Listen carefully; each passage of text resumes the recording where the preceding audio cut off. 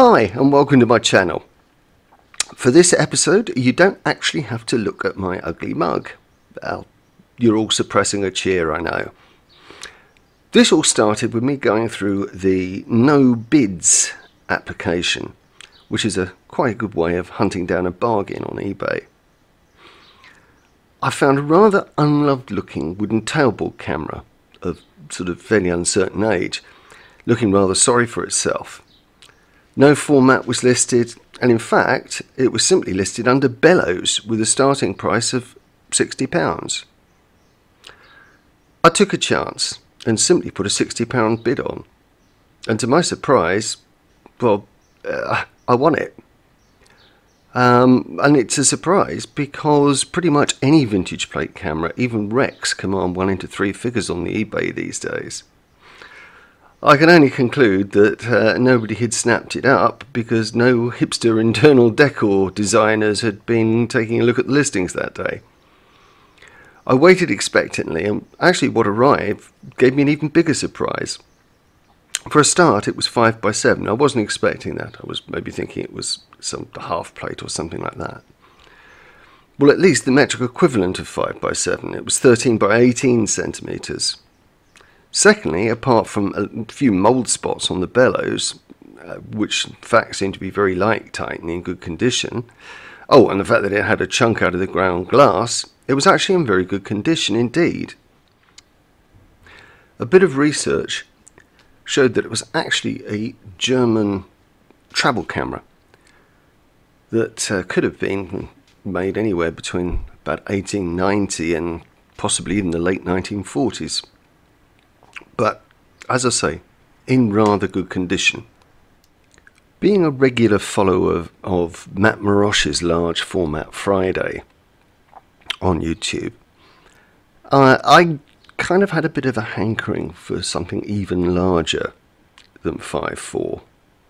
And suddenly having what amounted to a 5x7 camera drop into my hands for not a vast amount of money, I started getting all kinds of interesting ideas.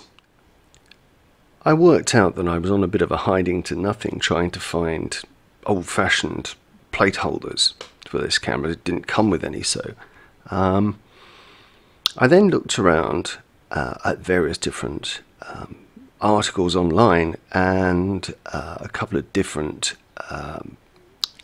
pieces on YouTube about the possibility of actually making a spring back for it that would allow me to use normal 5x7 double dark slides.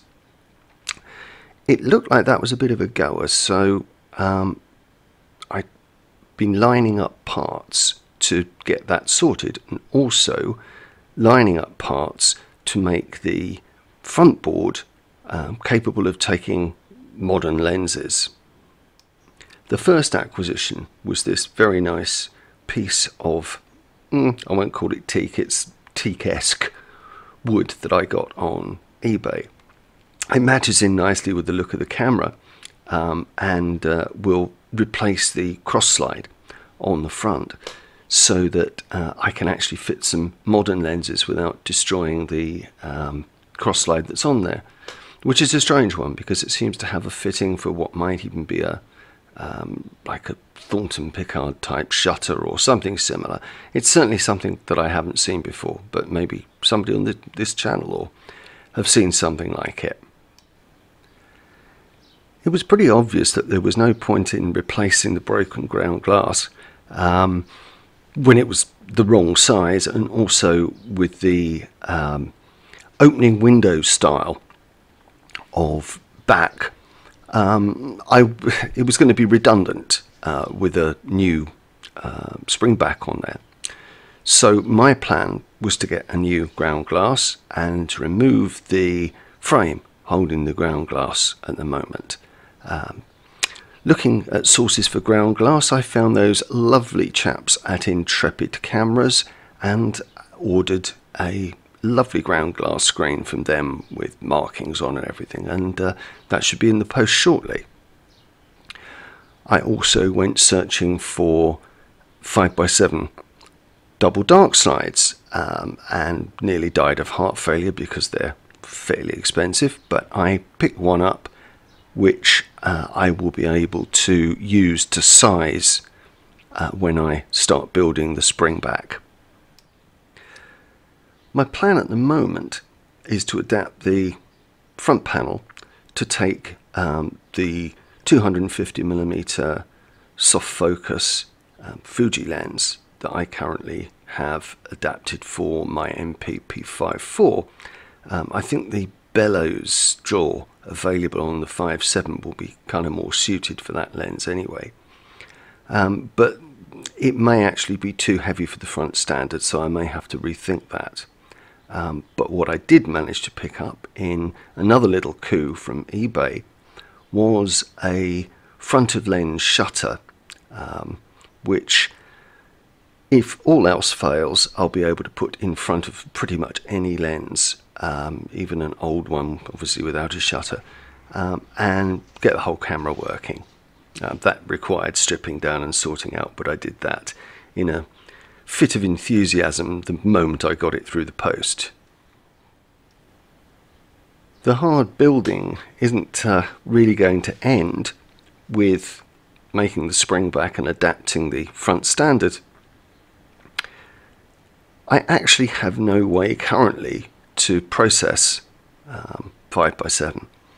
I don't have a darkroom, so dish development is out of the question, and I don't fancy spending several hundreds of pounds on a Jobo tank to do the job. What I'm going to do is adapt a standard multi-spiral developing tank and make some sort of spiral myself, probably with the laser cutter in my workshop. That's all got to be CAD planned, and that's a work in progress. So that pretty much sums up this first episode of my 5x7 camera odyssey. Who knows where it's going to go. And if you've enjoyed this, please hit your like button. And if you think you might like to subscribe, well, just go ahead and subscribe, alright? Take care and see you next time.